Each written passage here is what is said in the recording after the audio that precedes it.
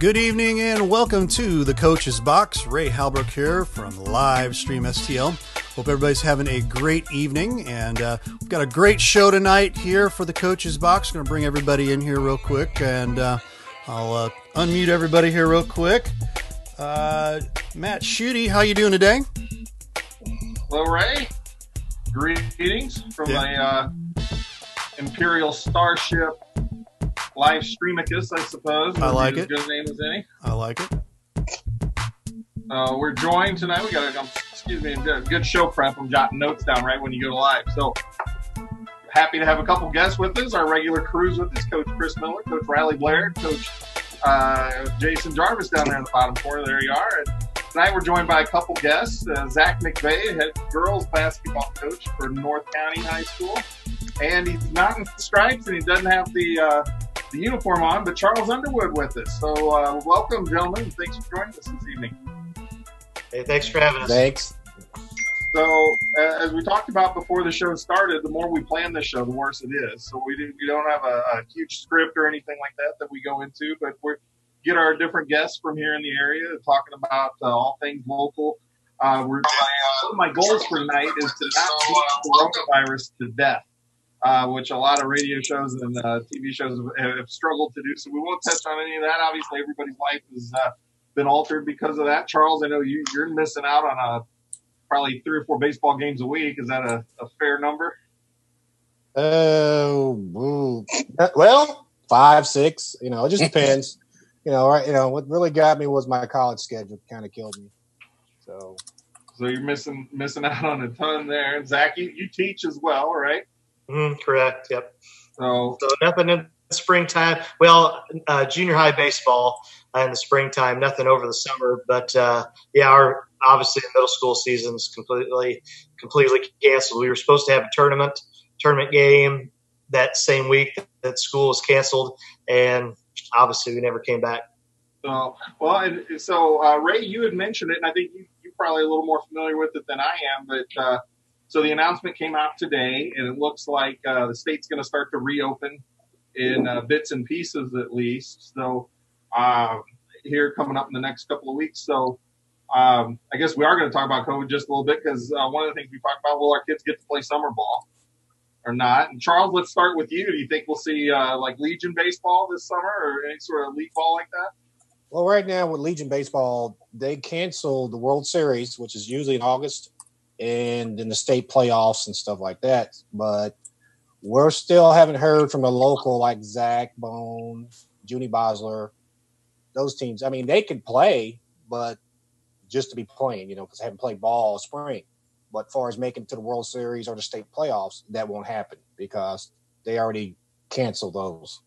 So, and, I usually do a couple of the College Metro League. I'm still waiting to hear from them to see if they're going to have one. It usually starts about late August, first part of June. So right now, it's no news is good news, I guess. Right. So from a baseball perspective, the Legion's out, but there's the possibility of some local teams maybe just getting together, almost like glorified scrimmages, maybe, or a mini league or something like that, just to put the bat on the ball and get out on the field. I think that would help. I mean, you still have a lot of seniors that are still looking for colleges to go to. Mm-hmm. So if you can get them out there and let a few coaches know, hey, we're going to have a little team. If you want to come out and look at a certain player, if they have them on the roster, I'm thinking that's pretty, good. And a lot of us are umpires are itching to get back. I can tell you we're, bored. You can only do so much yard work. So, yeah. Now, Zac, for your basketball team, do you usually have a summer schedule for them, like a league or like a bunch of camps or anything, or what's going on there? Normally we'll have a summer league at Farmington hosts. We try and go the last couple summers. We've gone down to SEMO for an overnight trip that the kids have really enjoyed. Try and do. I think last year we went up to South County, St. Louis. Did a shootout up there. I think we helped host with Central a couple different weekend. And right now, I mean, everything's just put on hold. Mm-hmm. I mean, we're obviously not going to be able to do anything until whether the state comes in or even after that, whether we get permission from our actual school administrators. Gotcha. Yeah, I think Riley and Jason and Chris are waiting to hear if Hillsboro hosts the girls' league. I think Riley, right? And yeah, still waiting on that. He said trying to get confirmation from the school. I think he was kind of waiting on that announcement coming from the county today that made the announcement that they were opening up some stuff starting May 4th. So I think that's what he was kind of waiting on, and the schools are kind of waiting on some of that stuff as well. Gotcha. So, Charles, one of the reasons we wanted to have you on was, lots of reasons actually, but one of the things we talked about is the officiating shortage, and just what we're seeing is, and what a lot of folks are seeing is going from an inconvenience to a big problem. And just wanted to get your thoughts on that. Don't see as many young people doing the officiating now as maybe you would like to see. And just what's your perception of it? Is there a problem with the lack of officials in our area, or do you see it as a broader nationwide problem? What are your thoughts on it? It is more of a nationwide problem. In this area, for sure, it's, the average official's age is like 55. So, I mean, we're getting older. I mean, we're getting injuries. A few of us have injuries, and we're just trying to get through the season. I mean, I got a buddy right now. You guys know Rick Bowen. He might be done. He's for football. He's looking at surgery with a bad accident. I was fortunate enough to have a good doctor, and I got back just in time for basketball, but I had to give up softball. So we're all fighting injuries. There was 3 or 4 of us still had meniscus tears, and we were just getting through the season because it's people understand it's not about the money, because you guys know we don't make a ton of money. We just love to do it.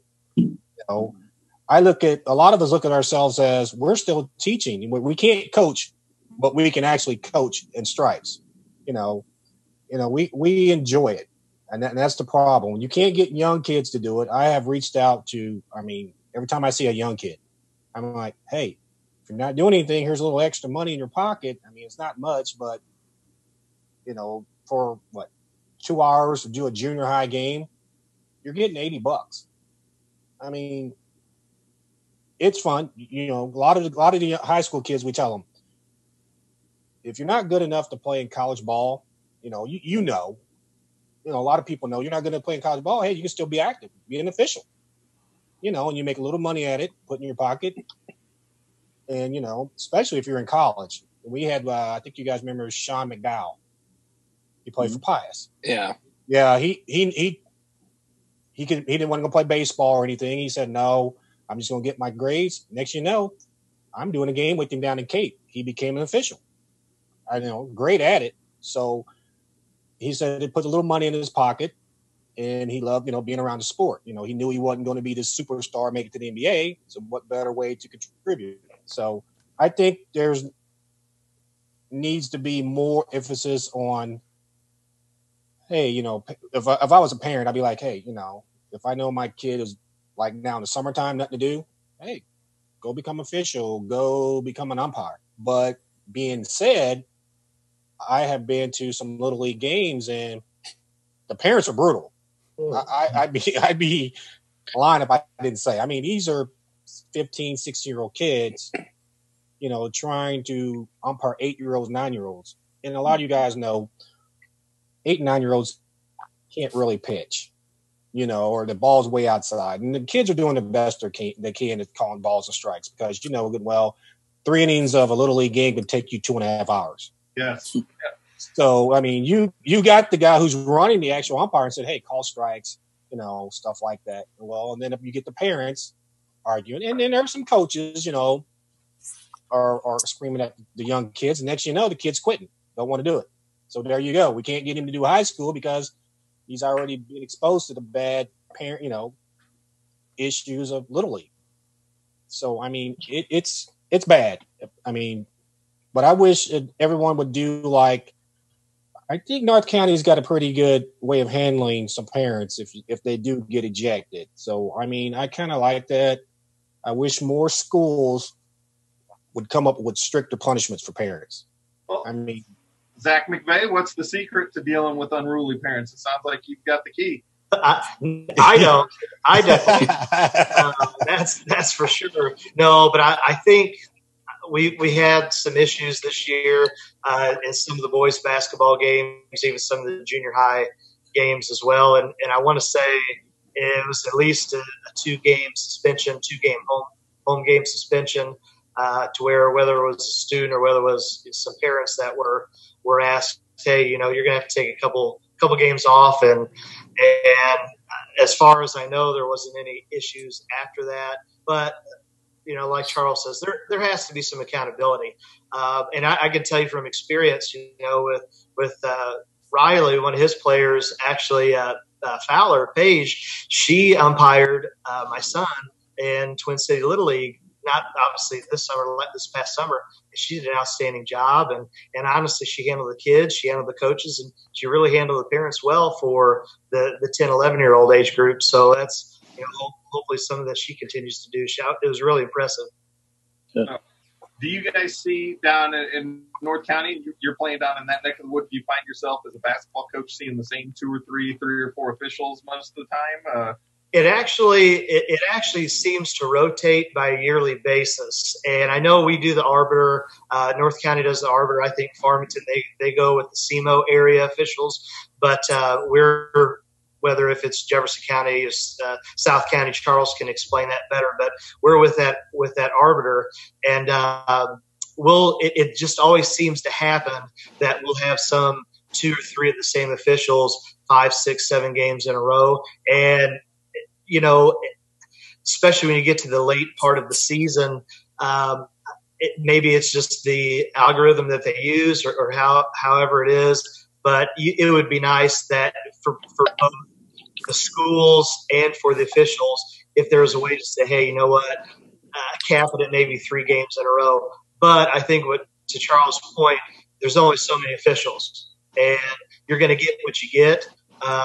And Charles can kind of explain that a little bit better, because you're going to get what you get. You might have people that only want to do boys games, only want to do girls games, don't want to go to certain schools, don't want to officiate certain levels. And so the arbiter has to take all of that into consideration, and you just get what you get. Yeah. And let's open this up to everybody. I think we're all in agreement. We definitely need more officials. Who should be onus to get more officials into the game? Who should that be on? Is that a mission deal? Is that like the Coaches Association? We've heard from some of the folks involved with those. Charles, if you do what you can as an individual, and you're not the first ref I've heard say that. I've heard multiple instances of referees saying they try to get young people involved. But Jason, Jarvis, let's start with you. Is this something mission really be prioritizing, or the Coaches Association? Who would you start with? Well, myself, I've tried to encourage some former players to get involved. But like Charles said, it's kind of hard. Some of these kids will start umpiring baseball games when they're 15 and 14, and they like, well, I don't think I want to do that, coach. And I think we need to get more active as schools. I know DeSoto, I know Coach Barr, whose son goes to our school. I know they're working on grooming officials, especially in wrestling. I know they were, and some other sports. So they're trying to have like a class at their school to try to groom officials. And I think the school districts need to take some ownership to get some kids involved and interested in it. So, Riley, what about you? We do a lot with the next level basketball up in the summertime and spring, where we get a lot of our schools together that we play up there. And so a lot of our teams will bring 2 or 3 of our high school girls to officiate with another official at a lot of those games up there. Carrie Eggemeyer from down here does a lot of her games up there, and he's kind of mentored Paige Fowler, and she goes up there, and then Nate Denby from Crystal. A couple of those kids that are doing it. And it's also as well at the YMCA on the men's league. We've had a couple of younger athletes out there doing it. I just think we've got to give them an opportunity to get out there, and maybe being with someone that can mentor them alongside of them, and I think just as a whole, we just got to take time and put the effort into making them, get out there and just say, go out there and see what you think. I mean, worst case scenario, they don't like it. They don't like it. But I think we've got to do that. And I've seen a big bump and, Paige enjoys it. She loves it. Gets out there and does it. And like I said, she even got involved, Zach had kind of talked about, with the baseball and softball at Twin City Little League. And, I asked her about it, and she says, parents are going to be parents, coaches are going to be coaches. So, I just got to stick with what I say, what I think is the right call, and whether right or wrong, I got to stick with it. And you got to stick with your call. And that's kind of the thing that that stuck out with me when she told me that. That's what it's all about. Stick with your decision, and it is what it is, and can't change it. So move on. And I think that's kind of the concept that I think some people are paranoid to make the wrong call. And is it the wrong call? It could be, but it is your call. So, and sometimes that's hard to swallow as a coach or a parent or a kid or anything. So, but I think that's more importantly with the younger kids is just get them out there and get them mentored by somebody and put them in an opportunity. Maybe at those junior high games where you may have a official down there that's just doing junior high, put a high school kid out there with them and let them learn it, let them figure it out and be right there alongside of them and saying, okay, that was the right call, get in this position or wherever. So I just think it helps. And Chris, what do you think? Well, I think, when I decided I wanted to become a coach, and I actually started Three Rivers, my advisor was Brian Best, Coach Gene Best's son, who was an assistant coach. And he kind of told me, because I had no idea what I was doing. I still don't, but he definitely told me then. He said, if you really want to get a good perspective on the sport from a coach's standpoint, you need to become an official. So at 18 years old, I became an official, and I started doing games. I did it for about a year and a half, and it does give you a great perspective on the game. That I still remember those times whenever I was working with older officials doing junior high games, doing high school games. And, I have a good idea. I mean, I know I push the envelope sometimes a little bit when I coach with our officials, but at the same time, I can always go back and remember the times wherever I was booed in my own hometown for a junior high game. So I think the thing that it was one of those things that they told us when, and a lot of guys were doing it because I was a PE major, that you had to do sports officiating, the class itself. And they always taught, they were really good about telling all the guys down there and anybody who's wanting to get into coaching that's great. You need to go and become an official. And many of the guys and girls even that I went to college with at Three Rivers, they all went out and became officials for a while. Some of them stuck with it. And then some of us, obviously got into the coaching part of it. I like what Jeff Whitener said on the comments about, people getting college credits and things like that. I mean, as part of sports officiating, that was one of the requirements if you're able to become an official. And then obviously it played into the stuff that, the class was asking us to do. And we brought those perspectives back and we actually talked about it. So, I mean, not only did we, officiate different sports and whatnot, but we also got to bring those experiences back and talk to each other. And I think that'd be a really cool thing to do. I like what Jason said, trying to do it at the high school level, especially in PE classes, to where it's for kids who are playing sports, not just a general PE, but it's something that they can actually do and then get something out of it. So at least learn how to act or how to treat officials. I always tell our officials, or all of my players, that the officials are going to make mistakes. I make mistakes. You make mistakes. The thing is you want to treat these guys and these women with respect, because they're put in a tough spot. And it's a tough thing to do, is to be an official. So you be polite. It doesn't matter how angry it makes you. If it's something that I think that I need to go to bat for you, I'll go to bat for you. But at the same time, I understand that they're going to miss calls. I'm going to miss plays. Everybody's going to make mistakes. That's the human error to it. And, I think that we just need to do a good job from a coach's standpoint, from every aspect to educate our kids of how to act. I think that, it's hard to get the parents on board because, how much they have invested. But at the same time, that's on school districts or schools to punish people who take it too far, I hope. So to me, one of the things, a hallmark of a good official is one that can have a dialogue with the coach over the course of a game. Not that it necessarily needs to be a running conversation, but at key moments, you need to have that. Charles, how important is that for an official, especially a young one, kind of getting their experience to be able to have those calm conversations in what can be a tense environment? Well, as an official, I mean, I have to say I wasn't always willing to talk to a coach, because they're screaming and yelling. My thing is, during my pre-game conference, I mean, I learned to say, if you want respect, you got to show respect. That means talk to me. Don't scream at me. If you're a coach, you got a question. Hey, I'll talk to you. But if you're screaming, and I'm pretty sure Riley, Chris, they know, I had them many times. If you're screaming at me, I'm just going to run by you. And if you say, hey, I got a question, I will stop and talk to you and say, hey, what do you want, coach? So I'm putting everybody's face on here because I want to see the different faces here. So go ahead.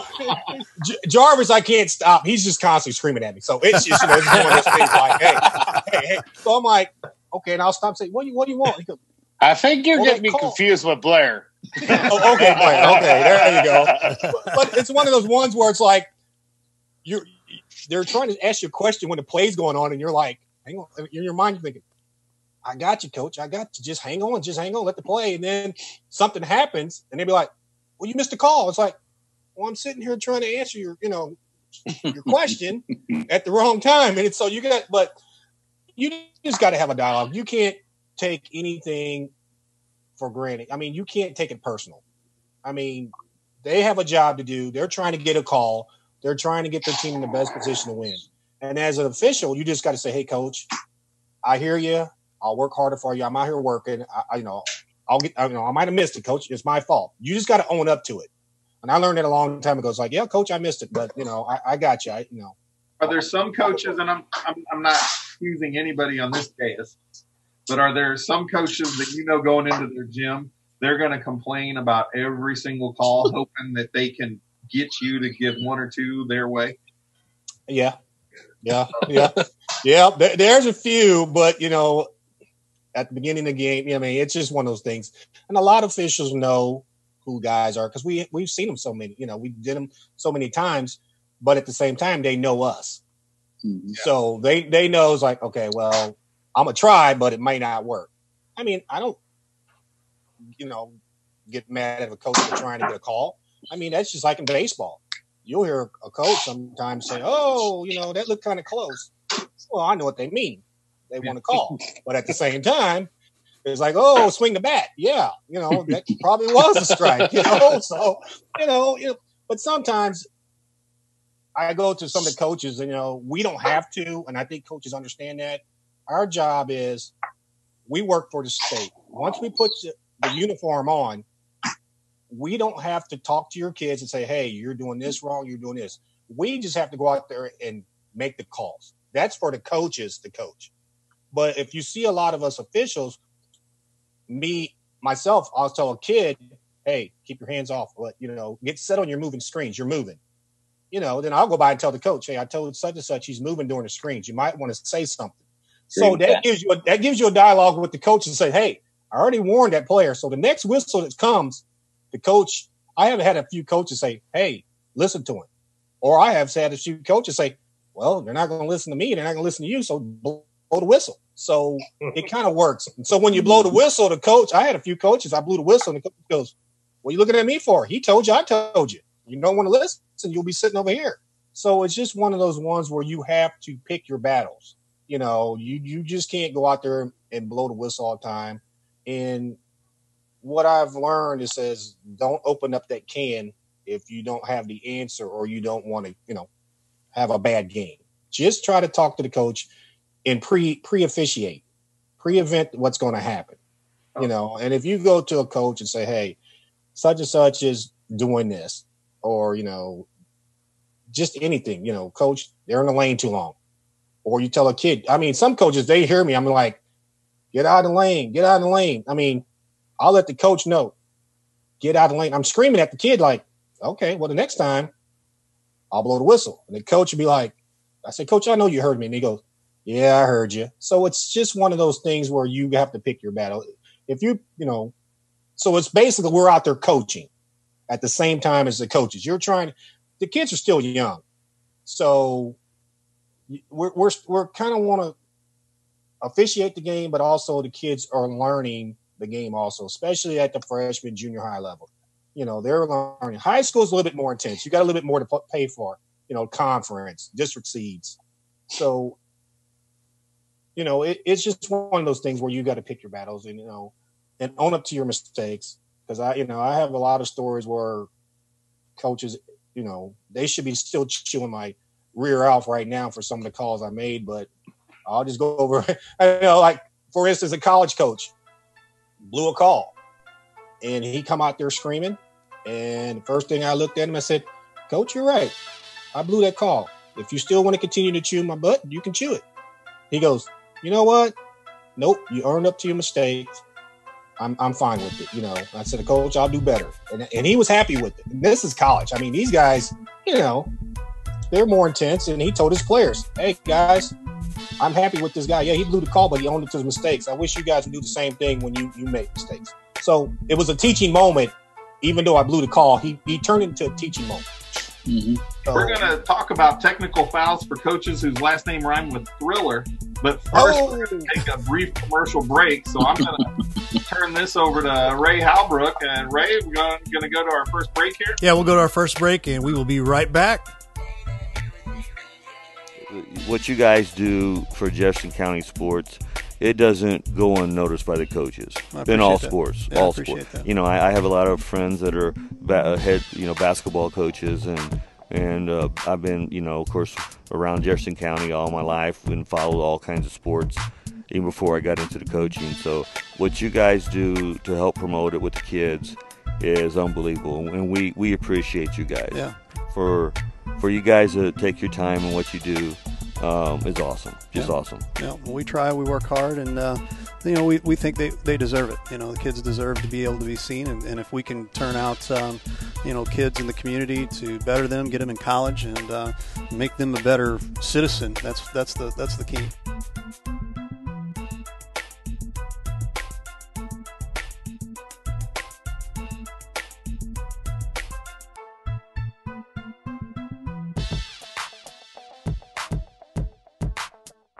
We are back here, folks, and we are, yeah, you guys are on, just so you know. I know guys are just catching up. That's all good. No big deal, but I got to pay the bills here a little bit here, and appreciate that. Hey, he's back, Chris Schweigert over at the Venti Beauty Bar. You got a call for an appointment, 314-610-5523. That's Chris Schweigert over at the Venti Beauty Bar. Also, Tara James over at Coldwell Banker Gundaker. You can still be sold while sanitizing. Make sure you call Tara James, 573-535-8038. She's located at 502 South Truman in Festus, Missouri. And Primerica, our great friend over here, Justin Ford, is brand new. I think it's a brand new business for him. He just sent me this stuff over today. It says helping families become financially secure. Give Justin Ford a call, 636-789-8736, located out in Farmington. Appreciate all of our sponsors. And if you're interested in sponsoring with us, give us a call, 314-852-4398, or live stream stl@outlook.com. Sponsor with us. Right now, we've got the COVID-19 $25 special, so $25 a show. That's pretty doggone cheap. So get your business out there. And before we get out of here real quick, don't forget, if you're interested in getting our Roku channel, we had a couple of folks mention the Roku channel tonight, $5.99 a month. And this is how I take that back, $4.99 a month. I'm incorrect in saying that. Let me get that right. And if you're interested in checking it out, you need to go to videos.tkdssports.com. That's part of the TKDS Sports Network, and you can get on. I know that some of my good friends here that's actually on the show here. You guys, a couple of you guys are on the Roku channel yet? Mm-hmm. Riley is. Yes. And what's your thoughts about the Roku channel, my friend? I'll tell you, it's very clear. I mean, it's just so smooth. I mean, really no interruptions. Yeah. I think it's tremendous. If you have it, I mean, I think it'd be great to subscribe to it because, like I said, I mean, you can watch it on your big screen and it's just so smooth and clear. And I mean, that to me is a big difference. And I mean, the clarity of it, and just how smooth it runs and looks and all together. So if you do, I mean, it's well worth the $4.99 a month, in my opinion. If you're, a grandparent or whatever from out of state and you want to watch, these sporting events or whatever it is, maybe a graduation or however, whatever Livestream STL does. I mean, you can subscribe for $4.99 and get it clear on your TV and right in front of you and not even have to leave your couch. So I think it's an awesome thing. We're live right now on the Roku channel as we speak. I know Jeff Whitener's watching it, and we'll have more. Steve Rissler was talking about it earlier, and I know that this is just a good. It's a good investment if you've got interest in the Jefferson County and St. Louis County's sports scene, because that just kind of just gets overlooked. But we're trying to bring it back here and make it available to parents and grandparents and even students. So you'll see over here to my right here all the places that we're on, also Facebook, Periscope, YouTube, Twitch, Twitter, Instagram, and the Roku channel. So that's all I'm going to say about all that, and we're going to go to our next segment. Matt Schutte, take it away, my friend. Yeah, and so here we are at segment 2. We've actually got a couple comments, couple questions regarding baseball that we're going to get to with Charles here shortly. But first, coaches, I wanted to just kind of get your side of it. So we heard Charles raise some really great points about being a referee and being an official in basketball. Obviously, I think you can extrapolate a lot of what he was saying to the relationship that all officials can have with coaches in virtually any sport at our level. But from your standpoint and the experience you guys have had, both as basketball coaches, but also, Riley, you're a multi-sport coach. Jason, Chris, Zach, I believe all you guys have coached more than one sport. So talk a little bit about that and just like how you view that interaction, how important that is for you, and what your take is on it. Zach, let's start with you. Well, I think for me personally, the biggest thing as a coach that I would like to see with an official is just the ability to communicate back and forth. Whether an official's telling me, no, coach, you're wrong, I didn't see it that way. Just first and foremost, just the ability to actually hold a conversation. I've been doing this 15 years, and whether it's football, basketball, baseball, and sometimes you just happen to get officials that they just don't want to talk to you at all. And at least in my opinion, I don't care if they make a mistake. They make a mistake, that's fine, but at least just talk to me. And honestly, basketball, and I'll say this and give you a disclaimer, I've been an official once or twice for basketball. That's the hardest, most subjective sport, I think, to officiate. And so a lot of times, at least in my opinion, I'll talk and ask an official, hey, I didn't see anything. What happened? And so it's just one of those, I'm not trying to belittle what your call or what you made. I'm just kind of curious, what did you see in that situation? Because our vantage points are different. And I think even, and Charles can maybe explain it, I think maybe vantage points or what each official has to see in the different slides or how they define it. So what they're looking for isn't necessarily what we're looking for. And, but as long as there's a dialogue, it's okay. Gotcha. Jason, what are your thoughts?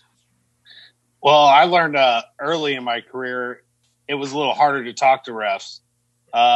And now this is next year will be my 6th year, and I've learned how to approach them a different way too. I mean, early in my career, you come all hot-headed, and I did it to Charles, I'm sure. And now I will, hey, Charles, I didn't see it that way. What did you see? Try to have that dialogue, try to talk to them more than you try to yell. And I really learned, can't yell across the court at them for sure. And, just some little odds of agreement across the table. Well, and I don't know. I feel sometimes, a coach that's just in isn't going to be listened to as much as maybe a coach that's been around for a long time. And I don't know if that's how refs really are. I just feel like sometimes some coaches can talk a little different than other coaches can talk to them. Well, and Riley, Chris, we're going to get your thoughts on this, but I'm going to dip back to Charles real quick. Charles, Jason just mentioned something that I think a lot of us see is that some coaches have probably earned a little flexibility, whereas maybe others don't have the time put in yet. Would you say, is that a fair assessment? Yeah, it's true. Because I know, for instance, last year I had, I can't think of his name, the new head coach from Northwest. I hate to call him out there, but there was an incident where I'm across the court underneath the basket, and it was in the Hillsborough tournament, and he thought he saw something different. Now I had, Mark Probst and the other head guy, I can't think of his name, they're watching, grading this, because they come out and watch.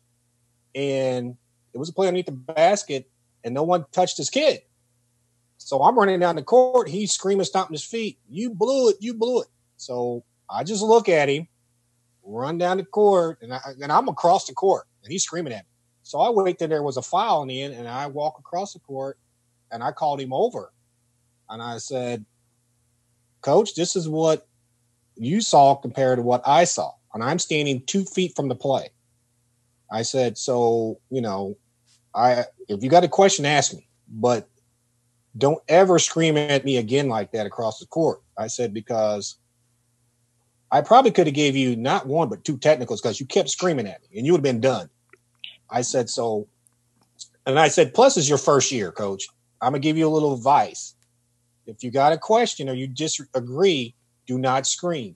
Wait till there's a timeout or politely call the guy over and say, hey, what'd you see? This is what I see. I mean, you might not agree what the official says, but give him a chance to explain. You might say, oh, okay, well, I didn't see it that way. Well, you didn't see it that way. You're going to agree to disagree, but at the same time, you don't want to come off, and I told him, this is your first year. You don't want to get a reputation as screaming and not getting along with officials, because the first thing out of your mouth, they're either going to give you a technical or they're just going to ignore you altogether, because that's not the way to handle it. And long story short, after the game, Mark Probst, they came up and said, you handled that real professionally because you could have gave him a technical. But since you've been doing it, a long time, and this guy's a new coach, you kind of talk to him and let him know. I said, yeah, I explained to him he goes, that's a good officiating, because, you're teaching a young coach and we know he wants to win and we can see it, but you did a great job. So I think like Chris, like you said, he's been doing it a while. Yeah, he might scream a little bit, but here you go. Yeah, I gave Chris a technical, but Chris knew. Chris knew why. Chris knew why he got it. And everybody knew. But during the game, Chris was, he was screaming. And he was talking to me, but he was screaming, and I kind of like looked at him a few times, like, okay, I hear you. But I think he was. Some coaches get a technical out of frustration, not so much as the officials do. Sometimes they get it to try to spark their team. Mm-hmm. Some coaches do that. It's like, look, guys, I'm fighting for you. I got a technical now. Help me fight with me or something like that. But it just, I can pretty much let some coaches scream because I, been doing it quite a while, and it goes to baseball. But when you say magic words, you kind of know what they say, and it'd be like, what? And you turn around, it's like, no, you didn't say that, did you? So it's like, it's kind of one of those ones you go over and say, Coach, okay, I had enough, Coach. You had your say, I had my say. Let's just coach. And then, they get mad, and you just have to handle it. And some coaches respect an official doing it. Not all, but some do. Well, and that's what I like about Charles, because he'll come tell you, hey, Jarvis, I've had enough. And then I know if I don't shut up, I'm going to get my technical. So, I wish more would do it like that, because I've gotten a technical. I hadn't said nothing to a guy all game, he comes by. I think he missed a call. I say something. I get teed up right off the bat. I'm like, man, I ain't even said nothing all game. I'm just saying, so I do like that Charles, and there's many of them. Rick, you can talk to him. There's a lot of them that'll talk to you if you approach them the correct way. Yeah, Charles, that makes me want to ask you this question here. When you get on a either 2-3-man crew, and the situation that Coach Jarvis brought up, from an official perspective, obviously everybody's different and everybody's subjective in how they want to call the game. Do you guys ever get together before and say, hey, I want to call it this way. This guy wants to call it that way. I'm just curious from a coaching perspective, is that something that officials get together and say, hey, let's call it tight today. Let's let them play. What are your thoughts on that? Yeah, we do. We get together, like we have pregame. We get together and we'll be like, if you're in the C, let's let the trail guy, the guy underneath the basket, we call it the lead or the trail, the lead guy. If it's coming to him, let him get the charge. But if the C, you slide down, it's his position. If you slide down, if you got it, hey, you might be a second late, but call it, because you got to help out. So, and then I could be underneath the basket. I could miss it. I mean, just the angle you got. So that's where 3-man comes into more the angles, and we got areas to cover, but we also talk about if you see it, you might overstep my area coverage, but call it, and just don't be afraid to say, hey, coach. And the coach goes, well, the guy underneath the basket, he was right there. Okay, I'll come out and talk to you and say, hey, coach, I had 4 guys in front of me. I couldn't see it, but the guy behind, had a better angle. So, it's just – and people know kids are bigger, they're faster, and they're stronger. So it's hard to sometimes – coach is like, did you see that? Coach, I was looking underneath the basket. I had a coach on me about – moving straight to the top of the key, and I'm standing underneath the basket watching the big man. I'm thinking, coach, I can't watch the top of the key if I'm watching the big man. So if you want me to do that, I'll do that. But when your big man gets an elbow to the mouth or something, then you're going to be like, hey, did you see that? Well, you can't have it both ways. Either you want me to do this or do that. And that's where you got to talk to the coach like, hey, there's 2 other guys out there. The guy underneath the basket mainly has the paint. I let the other guys out the top do that. But on hindsight, 3-man, we do talk about it before the game, which area to cover. Yes, get the hand checks early. Don't wait to the 4th quarter and you start calling hand check. Don't do that, because now you're like all the coaches are down. All the coaches are on. You're like, you didn't call that the first 3 quarters. Why not? And they have a legitimate right, because I do. One of the biggest thing I like doing is traveling to different areas to see different teams. Great. Because I go down every year for Charleston, do that big tournament they have down there, and you do see above rim play more than you see in Jefferson County. It's just a fact. You got like Cape Central, you got Sykeston, you got Charleston. Those guys played mainly above the rim, and they're a lot faster, a lot quicker, and yes, they do grab a little bit, they follow a little bit, but see. Where I think Coach Minner down in Charleston likes us to come down and do this tournament is because, like Charleston, they went to the championship, to play for the title. Well, we kind of call up here, we're all trying to get on the same page, like call. That's what they all, they had a big old meeting with the guys down south and us. We're all trying to get the call consistent, the same, because everybody knows down south, for years where they don't call anything. You get beat up, but I think Misha's doing a great job of going down there with Probst and those guys and Charlie Buck.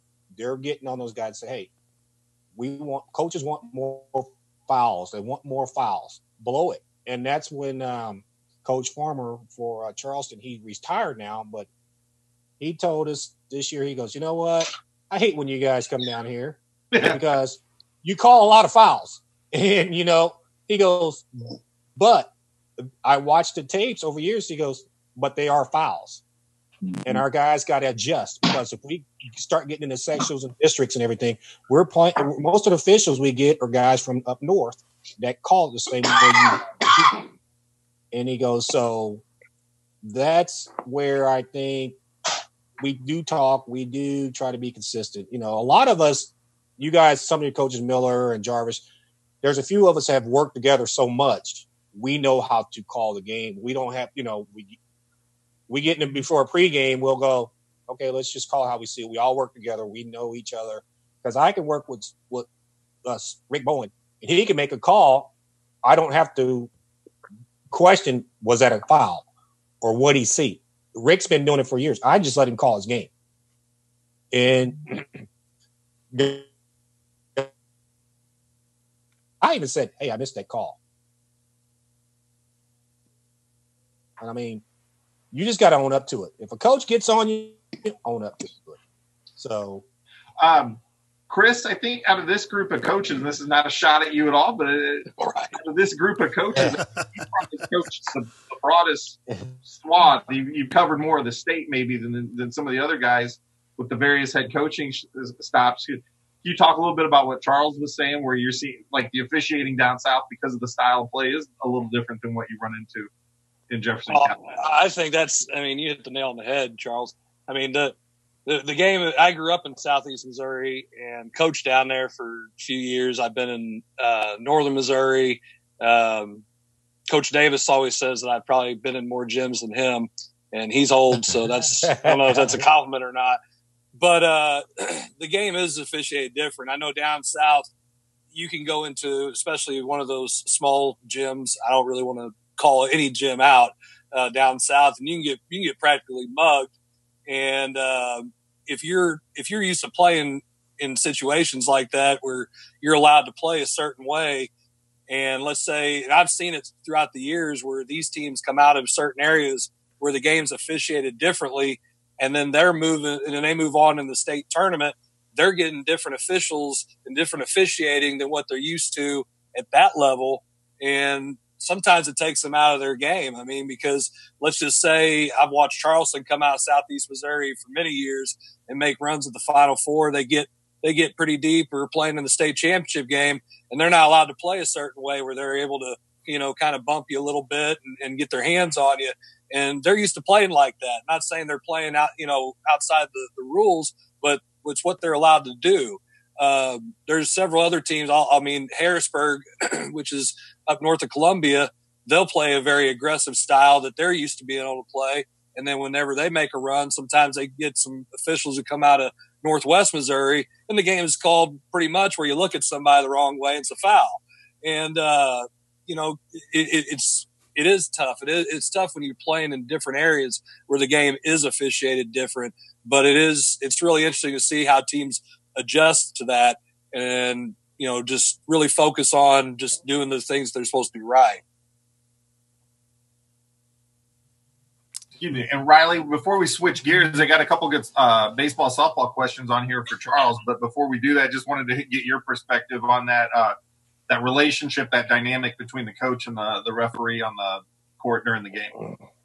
I've been doing this 14 years here in Jefferson County, and I've learned a lot of patience. And then I'll tell you, one official told me that about 3 years ago. He said, "Coach, if you don't learn how to be patient, you're never going to make it in this field." And that kind of hit home a little bit. Because, and I'm a high strung person, and Charles will probably admit to that. I'm very high strung on the sidelines, but I'll tell you, a lot of my kids feed off of that. And I'll say that along the lines of that. Is it a bad thing? No. Is it a good thing? Maybe not either. I don't know. But, the relationship that I've built over the time I've been here has changed a lot in the last 3 years. And that's because of that one word that I've kind of talked about is patience. But, these officials are all human. Just like I'm a human, I'm going to make the wrong call, wrong play call or whatever. A kid's going to make a mistake on the floor. I mean, they're just all human. We're going to make mistakes. And, I've come to try to come to grasp with that. Is it an easy thing to swallow? No. But, at the same time, I think I've learned a lot in the last few years, and I hope Charles will kind of contest to that. I've had him a couple times this year, and I think I've just kind of grown to be a little bit more my perspective has gotten bigger when it comes to officials because, it is such a dying breed out there. I mean, Charles said it earlier, 55 years old is the average age for officials. And, If we don't calm down as coaches, as parents, even as athletes, if we do not calm it down, high school sports is going to go away completely. And that's a sad situation, and so I just try to understand that. But the most important thing, and Zach and Coach Jarvis both hit on it, just communication is important. And I think that if along the lines of anything you do, if you don't communicate amongst each other, it's just not going to go very well. And so I think if I can give it to any official out there, if you can just communicate with each other and with the coaches, I think that goes a long way. And to me, that's kind of where I look at it as. All right, we're not going to get to the questions with softball and baseball just yet, but we are going to get to those. First, I'm going to send it back over to our good friend Ray Halbrook, and he's going to break for commercial, I believe, for a moment, and we'll come right back. Gentlemen, if you can stick with us for one more segment. Absolutely. We will be right back. And I'll say real quick, I really admire what you guys do with this. I think everybody who's ever tuned into one of these, whether it's a Legion game, whether it's a high school baseball game, with basketball, football, whatever it is, I've heard nothing but tremendous feedback about Livestream STL and what you guys do and the quality of production, things like that. I would really encourage anybody who's involved in athletics throughout the county, or really anywhere in the metro area, anybody who's interested in sponsoring activities to get on board and get involved in this. I think it's added a ton to what we do here. It's added a ton to the program. You guys are a class act. You're committed to doing things the right way, and we really appreciate that.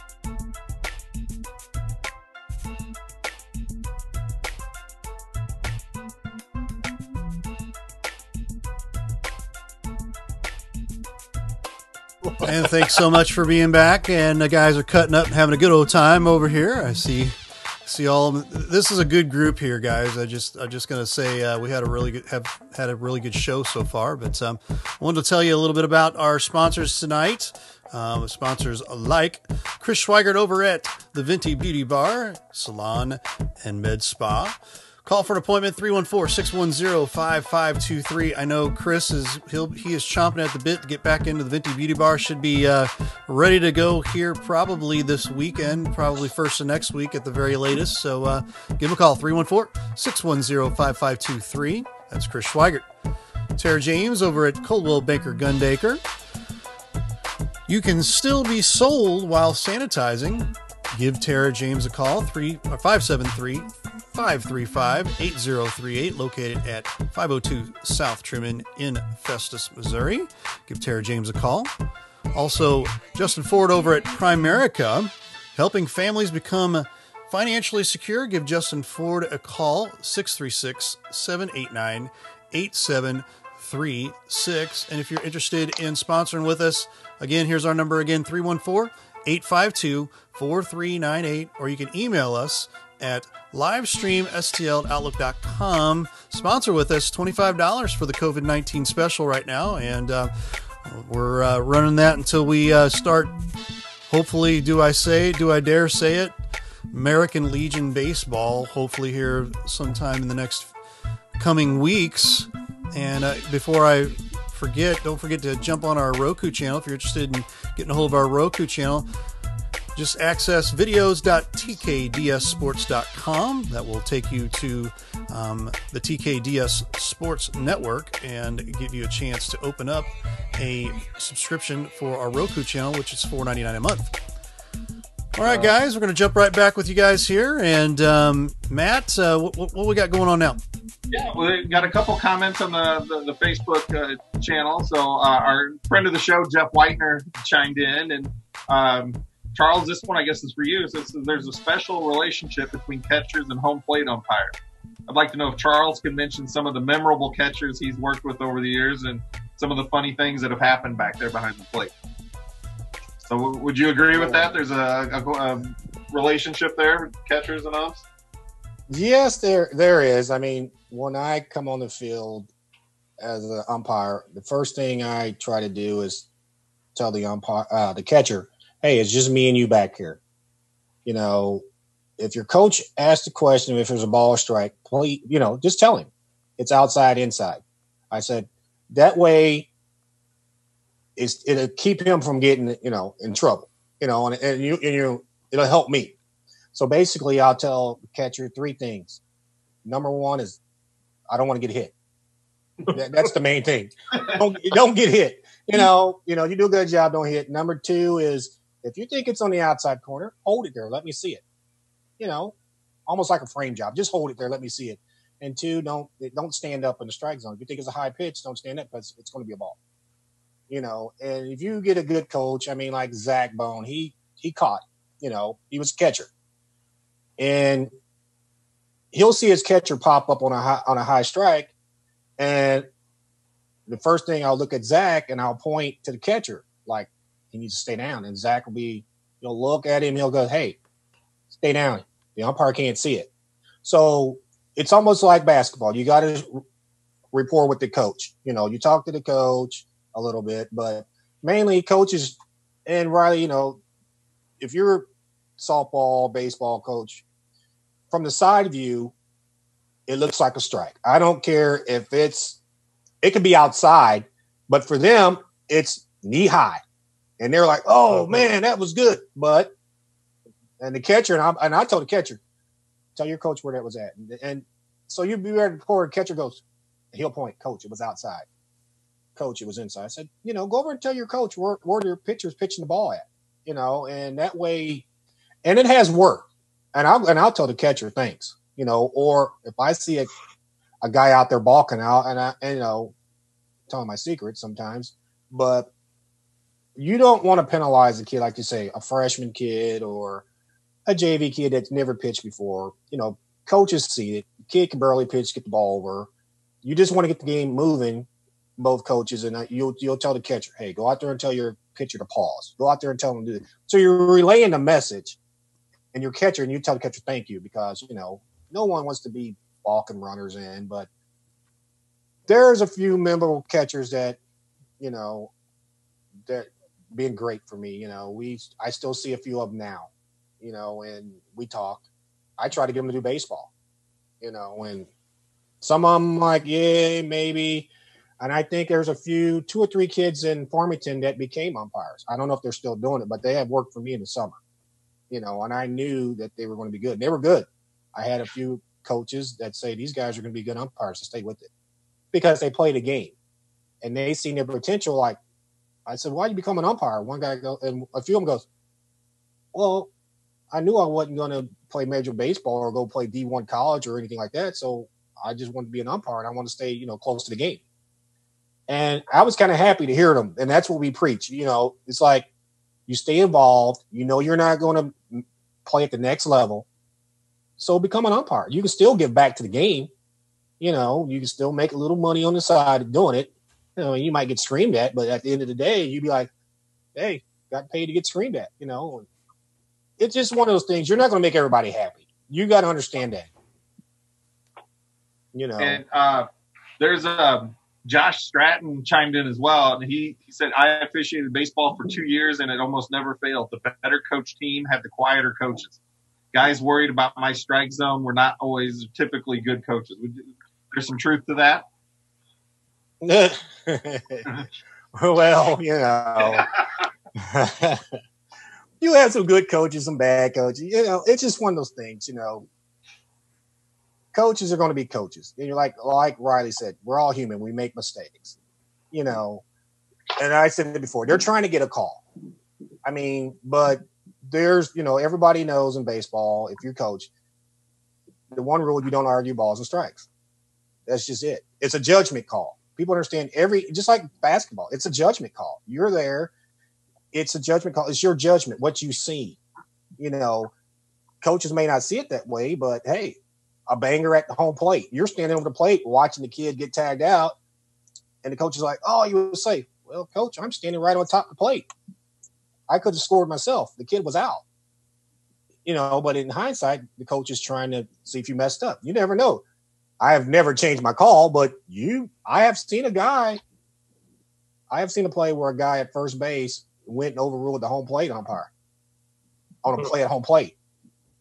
So, and I'm thinking there, wow, well, he's not my partner.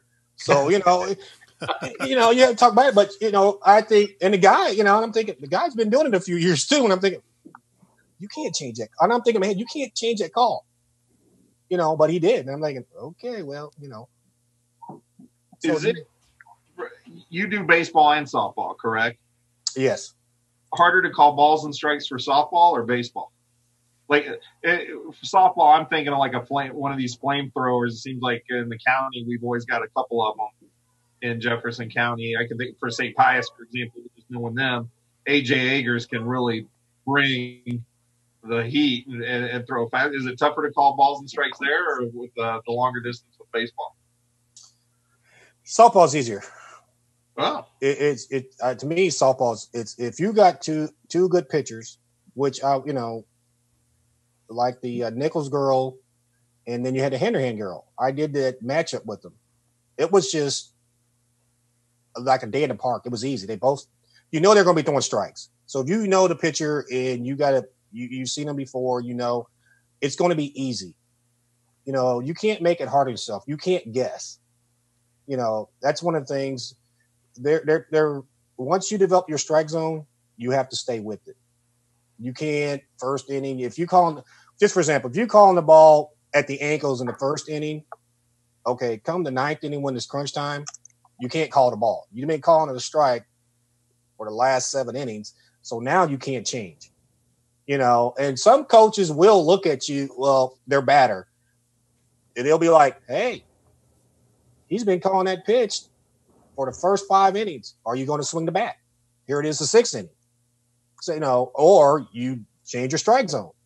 And the coach goes, well, you ain't called that for 4 innings. Now you're going to start to call it. You want to go home? They say stuff and it's like, well, yeah, you ask your partner out there, and hey, how's my strike zone?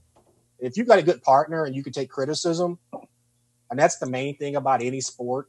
If you got a veteran official, ask them. If you can't take criticism to get better, you shouldn't be doing this, because I'm pretty sure Chris, he coached with Alan Davis on the bench. I mean, I'm pretty sure Alan told you, a few things, what you're doing wrong, So I went to a few camps, and these guys, I worked for 3 or 4 more major league umpires. One did the gold medal game in the Olympics.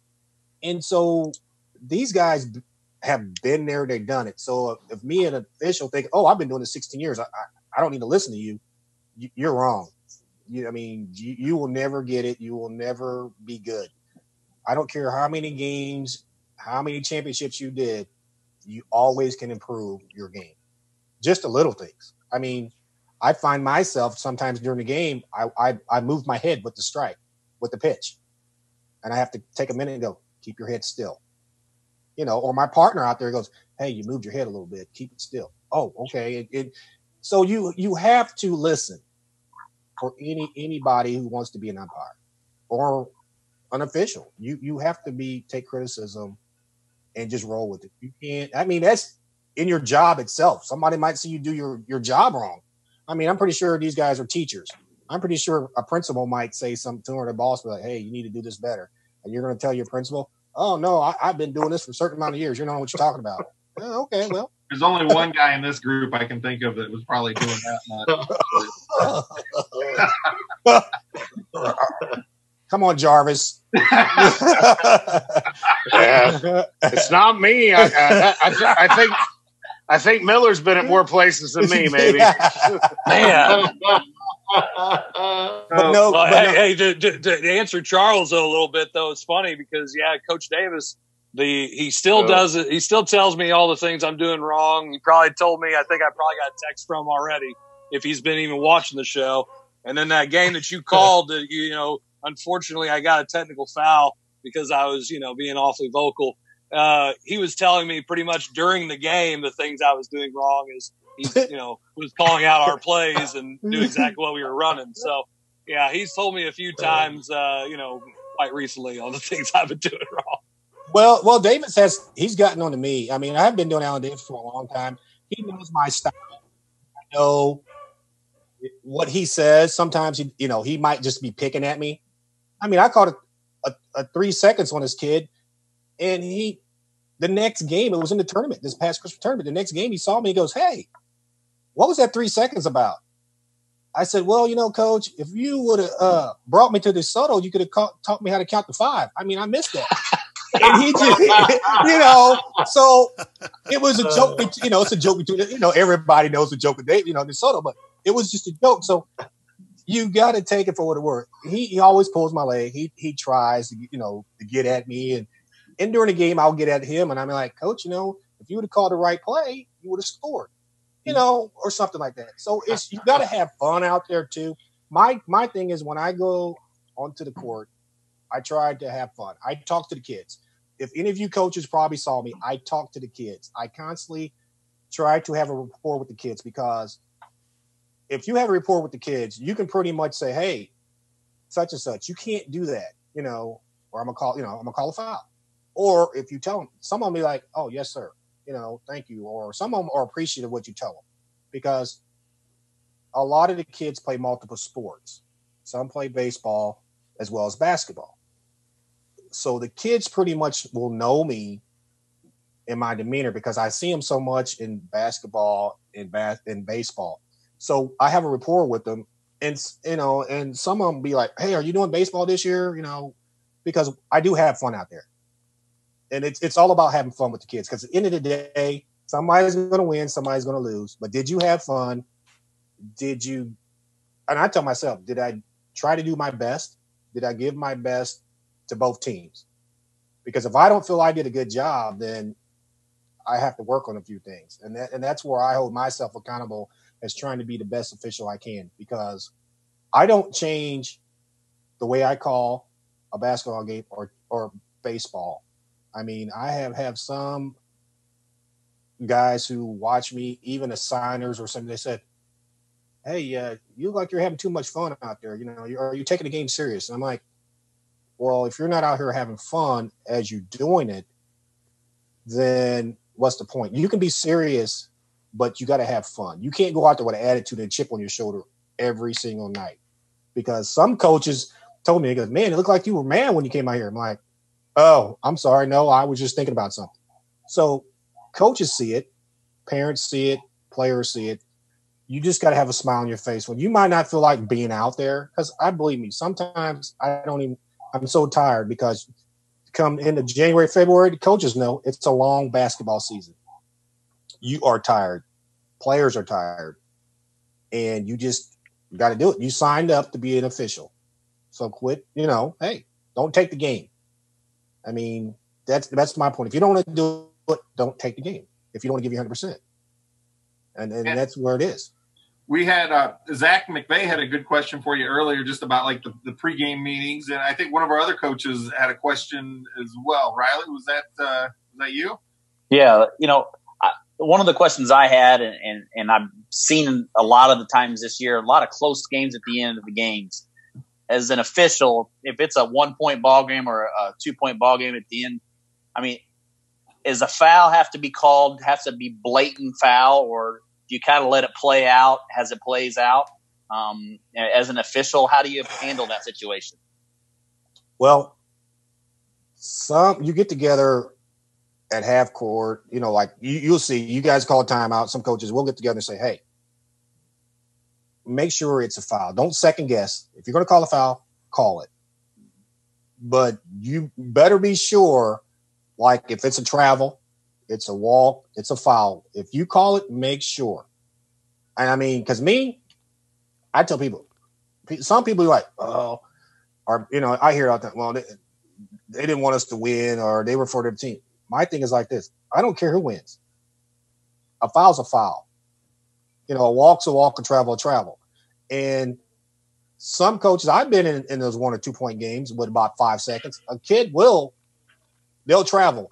And I've seen a few coaches be like, yeah, you did. You traveled. And there's nothing that a coach can say when you call it, is because they were like, especially right out in the open, because most of the time it's a one-on-one situation. A kid's going to do one-on-one for about 5 seconds, but their best shooter's going to get the ball. So you got to really watch. And far as when you got 3 officials, you have who's got the ball, who's got the clock. And if you're underneath, watch for the push and the shoving on the rebounds or whatever. So you kind of know. You talk about that in your huddle, because when the teams call a timeout, you're taking the timeout to get everything lined up, so there's no second guessing on what you got. You know, so and that's the question. I mean, I call it the way I see it. I mean, I start out calling a foul, it's going to be a foul. I mean, you might not like it, but it's a foul. And I tell guys all the time, hey, you know, and a lot of guys I work with are pretty good at that. I mean, they'll be like, hey, it's a foul. Why was a guy, you know, we'll be like, after the game, we're like, why did the coach put that kid on him? Or why, did, you know, or why we look at it too. It's like, man, you know, I don't know. The kid down low, he was dumping down low. He's 6'6", the other guy's 6'2" or 6 foot. You know, we look at that too. It's just one of those things where at the end of the game, we're like, man, you know, so we take at the end of the game. I think I like the better when it's a close game. That's when you really get dialed in more so. I mean, everybody knows when you're losing by 40 or 50, it's hard to stay focused in the game because the team who's losing by 40 or 50, they just want it over. And then that's when you go into protection mode. I do, because you can't stop the clock and go, okay, forfeit, you lose by 50, let's go home. No, but you also can't tell the team that's winning by 50 who done put all their subs in, and you look at the guy, maybe the 13th guy on the bench, it probably wouldn't even make any other team, or, you know, probably that's the only time he gets in the game. You can't tell that kid, don't shoot the ball. He practiced just as hard as the other starting five. So you have to actually say, hey, they're going to play. I mean, the other coach, you got to respect that. Hey, he put his bench in. Now, hey, you know, they practice just like you. I can't tell that coach, hey, don't score. You know what I mean? Coaches do pass the ball 5 times and look for a layup. So I respect they do that, but you can't tell a kid who's got a full layup not to shoot. Mm-hmm. So, but then you got to protect that kid, because the kid is losing by 50. He's going to foul him off a hard, because, you know, they're mad. You know, they're getting embarrassed. So as an official, you have to actually be on guard for rough play. And, you know, we'll call, you know, so that's where you, as an official, you got to really be an official. We got a couple other questions, actually. Coach Jarvis, I think you've got one teed up for Charles. Yeah, one of the hardest calls for me as a coach is the block or charge. As an official, is that one of the ones that's hard to call, or the one that you may get the most static about? Yeah, it's like I said, it's a judgment call, but you know, your kid can be in the hardest call when the kid's dribbling the ball and your kid's in a guarded position. Now he can move, but if he's squared up in a guarded position, he has the right to move and guard you. But if the kid can't run him over. But when you're set, I mean, and the kid plows over him, it's no, you know, you get some no-brainers. But if it's one of those where it could be questionable, it's a banger, and it's one of those ones where it could have been a block. But at the same time, as an official, you got to sell the call. You know, you got to come out and really sell the call. If you're going to come out, if there's a banger, you come out automatically, a block, sell it. It's a block. And you just got to, in your mind, the coach goes, what happened? Well, coach, he wasn't set. You know, coach might think other words, but coach, in my judgment, he wasn't set. Or my opinion, he wasn't set. You know, just from your angle. So that is the hardest call. I don't care what level, college, you know, it's a hard call, because some guys said, well, I watch to see if he hit him in the chest first, or vice versa. Well, if the guy lowers his shoulder, hits him in the chest, that's a no-brainer. But usually simultaneous, if they get there, it's the bang ones that are the one. I mean, I won a game on one. Yeah, and it was called a charge, and we won because of it. And it's just one of those things that happen. I just wondered how hard those, because I mean, to me, I think it's the hardest one to call. It's the hardest. I mean, you can, and like I have had some coaches, well, I'm going to watch the tape and see it. Well, you know, I might have missed it, but at the time, in real time, it's what you got, you know, and that's one of those instant replay junks that I hate in sports nowadays. You're taking the integrity of the game away. So it's on certain things. I mean, I think certain things can let go until the playoffs in Major League Baseball, or now college D1 is going to instant replay. So, but that's your question. It's the hardest, Jarvis. I know Zach has a couple of questions as well. So Zach, we'll turn it over to you. Sure. Question I have, or at least one of them is, do you think, is there an intentional or maybe unintentional, when you guys go and officiate, guard play versus post play, and then boys versus girls? And I'll be selfish here when I ask this question, because whether it was, a few years back with Holly Forbes, who's now playing up at Robert Morris, or whether it's the team this year that, we go 6'2", 6'1", 6 foot, it always comes across like, man, we just get post play. If you're on offense, we always feel, and this is probably other teams, we feel that we never get foul calls, like we have to go through contact. But if we're on the defensive side of things, man, we get touch fouls. While guard play, man, they can really rough each other up, and the officials will let that go. But man, when it gets in that bottom third, there's just they don't let as much physical play. Do you notice things like that, or am I dreaming here? So basically, you're saying at the top, when they get in the paint, we might call it a little tighter. Well, in terms of physicality of play, like we'll let the guards play a little bit more than bang around a little bit more than the post play. And then, do you think there's a difference in how officials will officiate girls versus boys in terms of letting things go, letting it be more physical? Yeah, the difference between girls and boys, they do kind of, officiate a little different. But as far as, I can't speak for the other officials, but me, if it's, like I said, we come out and call hand checks, okay, well, I'm going to call it at the top. If it's like, if the ball comes into the post, I tell the post guys, hey, I'm going to let you put your elbow bent, but as soon as the guy gets the ball, you got to put your hands off. You got to hold your hands out.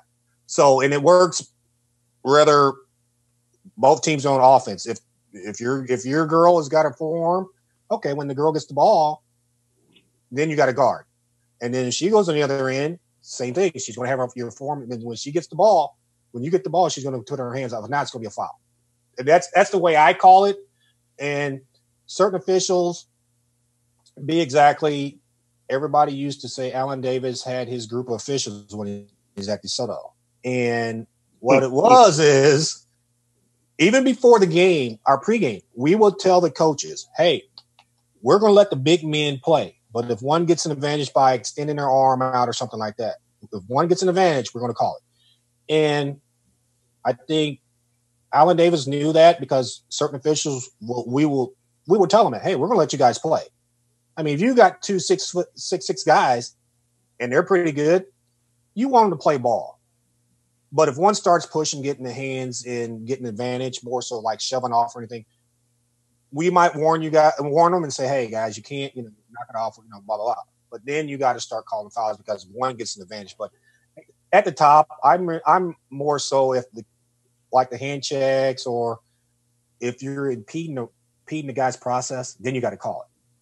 So people always get mad where if the guy's dribbling side to side or girls dribbling side to side and the person is burning on them, okay, well, they're dribbling side to side. And they're kind of touching off, putting on, touching off. You can say, hey, and they're not really guiding them or holding them. They're just touching them. You kind of let that go, because you want, in my opinion, you want kids to play basketball. You want the game to go. You want to try to establish a flow, and you can talk to the kids. You can go over and talk to the coach on timeout or something and say, hey, tell your kids, get their hands off. Blah, blah, kids, you can't do that. And that's where you like to say preventive officiating. But far as me, like I said, I always call it, where it's girls game or boys game, it's just equal. I call it equal. It doesn't matter. They're both physical because, girls can be mean. So, you know that. Girls can be mean. So, it doesn't matter. You mean, I have seen some mean girls, and it's just, you got to call it. I mean, it doesn't matter, boys, girls. You just got to go out there and say, basketball is basketball. These are the rules. And there's no set rules for girls, no set rules for boys. It's not. The game is basketball. These are the rules Misha sets forth. And if that's the case, I would get 6 rule books, one, set for boys, one set for girls. But I don't. I have, just the rule books, basketball for the season. So that's your question. I mean, you might see, because, you see a few guys over and over and over. I mean, if you go to a boys game or a girls game, it's called a little different here and there, but, I know why Zach asked the question, because him and Riley teach their girls to be mean. So that's exactly why. He wanted to know if there was need to be telling them different now. Yeah, you got the 2 coaches. Yeah, I know their girls are mean. I mean, like, oh, come on. Jarvis used to teach his JV girls at Crystal. They were a little mean. I don't know how he's acting now. He's on the boys' side.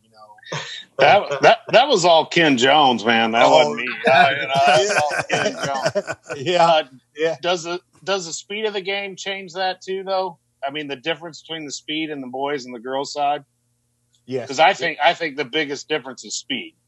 The speed's a lot different. So it's kind of hard if you get. I have seen some guys. They said, "Man, like for me, instance, I mean, I can do 3 girls games during the week, and then on that Friday night, you might get a boys game. Well, the first 3 nights, you're in that girl mode a little bit. You've seen the girls, the pace and whatever. Then you get to the boys. The first time a fast break, you're like way behind. You're at half court and they're laying it up. You're like, yeah, the game is a little bit faster. So you have to realize boys are a little faster. Girls are, but you got some girls that can get up and down that court now. I mean, better than the boys, better than the boys, so you just got to know that the boys are going to be a little faster. So, girls, they listen to you more than the boys, but, I learned that in coaching. Well, you can talk to a girl. You can pretty much on the floor, you can tell a girl, hey, some you can, some you can't. Some girls got attitudes, man. I mean, like, hey, you can't tell me nothing. I'm like, okay, but a tea. No, ain't no teas here. No. We're good. I disagree. That's only Miller. Know about the tea here. A couple more questions, and then we'll wrap it up. Charles, I had one for you. You didn't officiate this particular game, but Riley and I called it with Ray, and Chris was coaching in it in Jason's gym, and that was St. Pius X and Steelville, that regional championship game that came down to the last moment. Did you see that game or see the end of that game?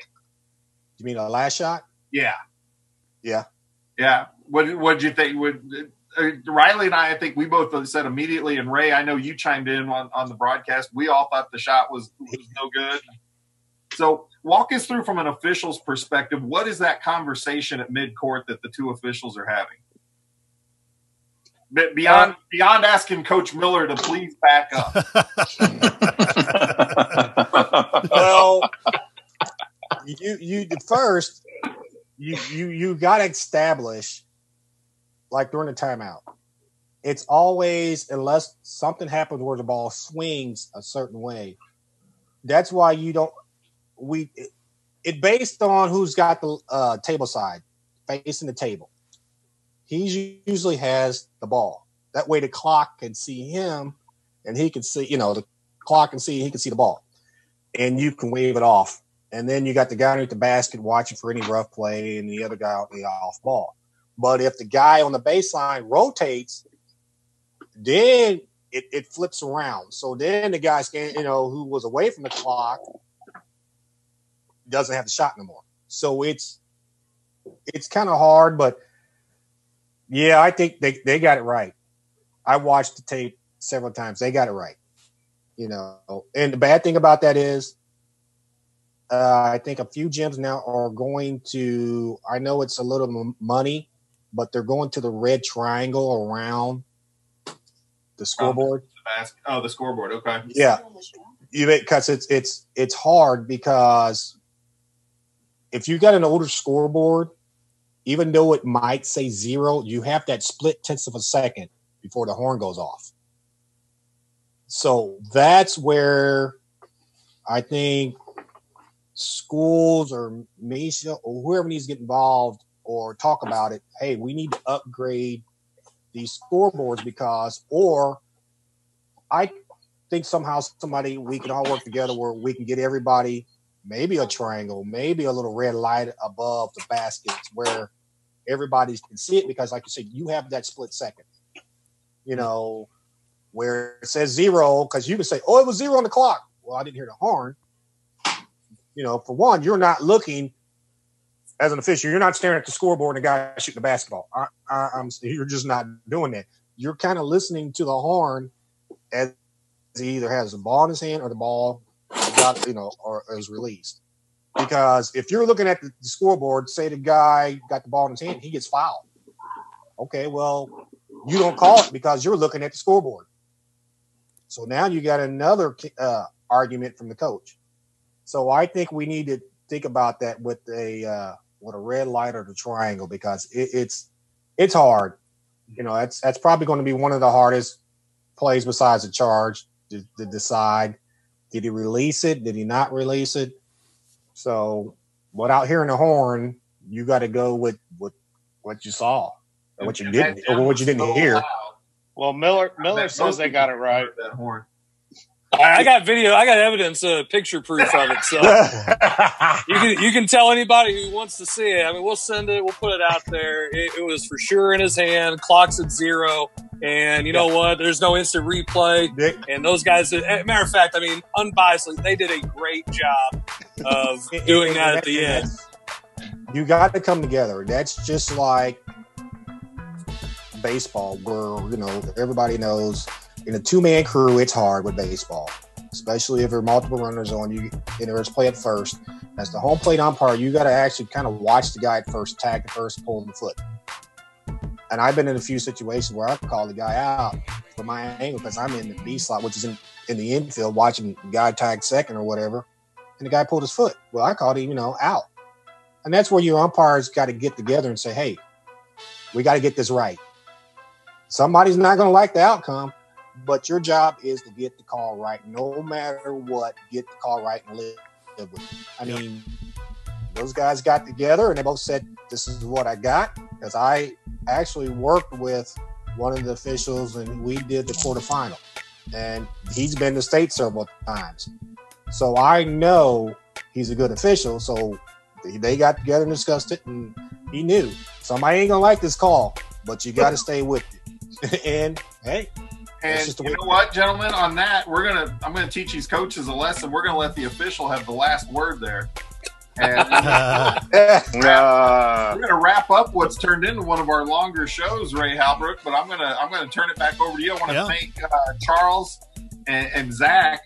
Great conversation. We had some things on our sheet we didn't even get to because there were some really good questions popping in there. And so I'm sure we could go for hours about that. And depending on how Jarvis's cup's going, some of the questions might get a little more direct.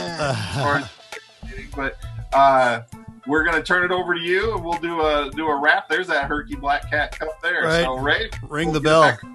Ring the bell. That's all I have to say about that right there. So, hey, guys, thanks so much for being on, and appreciate it. We'll catch you back up, I'm sure, again. And thank you so much for the thank you so much for the invitation. And I know on the first week y'all were trying to talk about small businesses. Just want to give a shout out to a couple. You got Doghouse and Crystal. Man, it's a great story that they've had. Great food at the Doghouse, and then Rich's frozen custard. Awesome. It's two local businesses that really do it right. Good stuff. Appreciate that. So thanks again, guys. And we're going to zap out of here and let you know, don't forget, we will be back on the air Thursday We'll have our second half of the Main Street Sports Seniors 2020. We'll finish up our second half of our schools, highlighting the seniors in baseball and in softball. So it'll be Jeff Whitener and myself for Main Street Sports. And again, don't forget, check us out here on all of our different outlets: Facebook, YouTube, Twitter, the Roku channel, Instagram, Twitch, and Periscope. So if you're out there on any of these, check us out at Livestream STL. Also, don't forget, you can check out our Roku channel again one last time, our last push on that. And this is how you get a hold of it: videos.tkdssports.com. Finally, if you're interested in sponsoring with us, and we thank you so much, thanks so much for all of our sponsors tonight. We had quite a few, which has been great, and we're hoping to have our summer sports being able to be kicked off here, and we will be definitely looking for sponsors for that, for 253 baseball, for American Legions.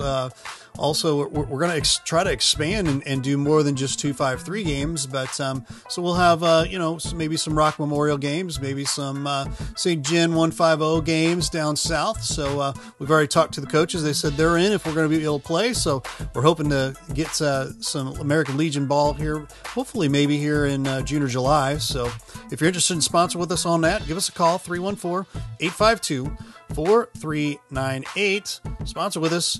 Also, you can email us at livestream@stloutlook.com. For Ray Halbrook and all of us here at Livestream STL, we're going to say so long. We'll see you Thursday, 7 o'clock for Main Street Sports. Have a good evening.